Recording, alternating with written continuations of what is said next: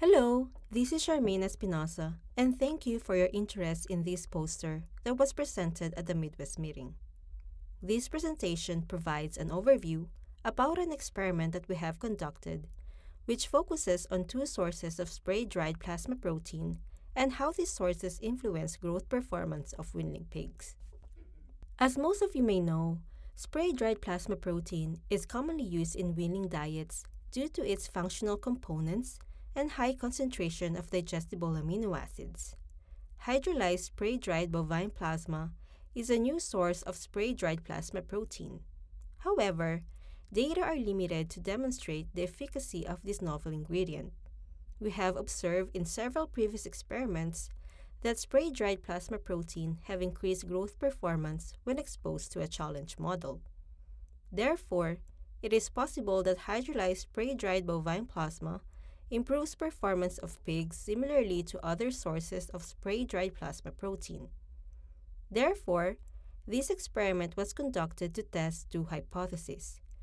First is that hydrolyzed spray-dried bovine plasma increases growth performance of pigs housed in uncleaned pens, and the second hypothesis is that hydrolyzed spray-dried bovine plasma is as effective as spray-dried bovine plasma in increasing pig growth performance. In this experiment, we have two phase feeding programs.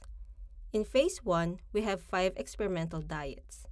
A basal diet was formulated based on corn, soybean meal, and 9% soy protein concentrate. 4 diets containing either spray-dried bovine plasma or hydrolyzed spray-dried bovine plasma that partially or fully replaced soy protein concentrate were also formulated.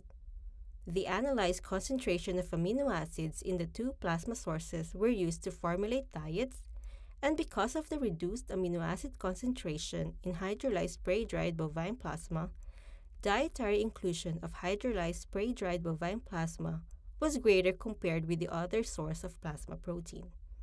As a result, 4 diets were formulated by adding 2.5 or 5% spray-dried bovine plasma, or by adding 2.8 or 5.6% hydrolyzed spray-dried bovine plasma to the diets at the expense of soy protein concentrate.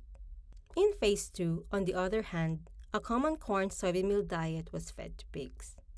240 weanling pigs were used and were placed in uncleaned pens throughout the experiment. These pigs were allotted to 5 dietary treatments in a randomized complete block design. Experimental diets were only fed to pigs during the first 14 days of the experiment, and a common phase 2 were fed to pigs on day 15 to day 42. Pig weights and feed allotments were recorded at the beginning of the experiment and at the end of each phase for us to be able to calculate growth performance parameters. And as we go through the results, Figure 1 shows the average daily gain of pigs fed experimental diets during phase 1. The x-axis here represents the dietary treatments, and the y-axis here represents our response parameter. Here we can observe that fully replacing soy protein concentrate with either of the two sources of plasma protein increased the average daily gain of pigs. Linear increase in average daily gain was also observed as dietary concentrations of plasma sources increased. For feed intake, not much influence of the plasma sources here, but if we take a look at gain-to-feed ratio here as shown in Figure 3, we can observe the same result as average daily gain, where feed efficiency linearly increased as spray-dried bovine plasma or hydrolyzed spray-dried bovine plasma increased in the diet.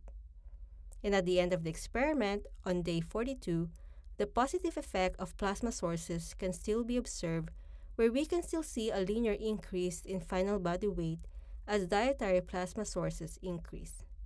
This increase in growth performance is possibly due to immunoglobulins and growth factors present in these plasma sources, and these could have positively impacted gastrointestinal health and immune function of pigs housed in unsanitary conditions. In summary, we have demonstrated that the new source of plasma protein increased pig growth performance, and this novel hydrolyzed spray-dried bovine plasma is as effective as your good old spray-dried bovine plasma in positively influencing growth performance of pigs exposed in a challenge model.